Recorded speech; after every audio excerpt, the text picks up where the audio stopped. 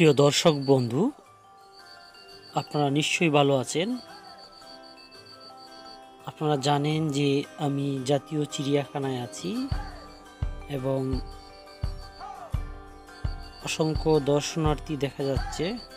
আমরা wild beast দেখার জন্য সামনের দিকে এগিয়ে যাচ্ছি এবং আমাদের ডান দিকে যেতে হবে।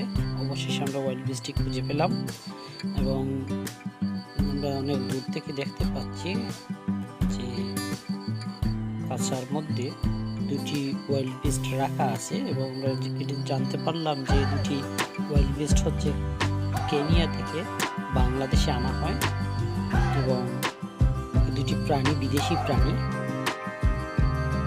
সেজন্য এর এক্সট্রা কেয়ার নিতে হয়, যত্ন নিতে হয় এবং এর জীবনচিত্র সম্পর্কে আপনারা এর সুরক্ষিত বেষ্টনীর মধ্যে ছোট্ট একটি লেখা পাবেন এবং সেই লেখার মধ্যে ওদের পরিচিতি দেওয়া আছে, লেখাগুলোকে দেখতে পারবেন এবং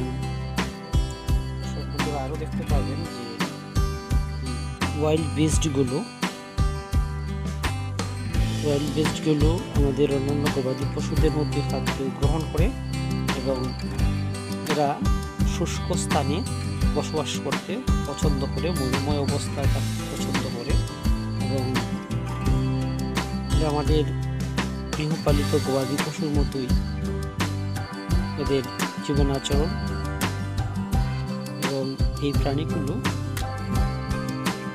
অনেকটা হিংস্র হয়ে ওঠে, এদের অনেক রাগ থাকে এবং এরা অল্পতেই সাংঘর্ষিক হয়ে ওঠে।